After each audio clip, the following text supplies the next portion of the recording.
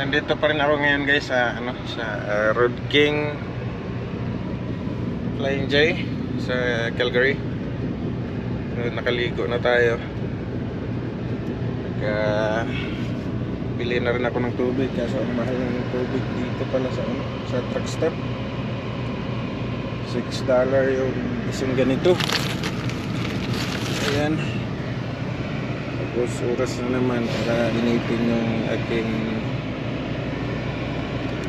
kanin ko. Ayan, korte na lang, sasain na lang ulit niya. Tapos ito pala guys yung ulam ko, isda. Iniinot ko rin. Wala akong nabili palang asin. Kaya yung ginawa kong pangtimpla is toyo. Pwede naman pala guys yung toyo, kaya lang medyo maitim yung sabaw.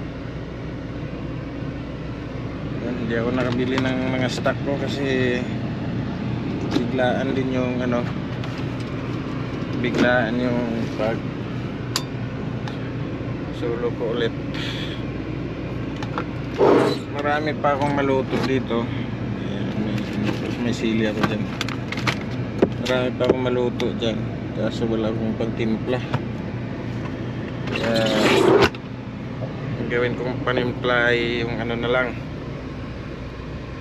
toyo saka magic sarap para meron pa ring makain bukas ng umaga. Lalarga na naman. See you ulit sa kalsada guys.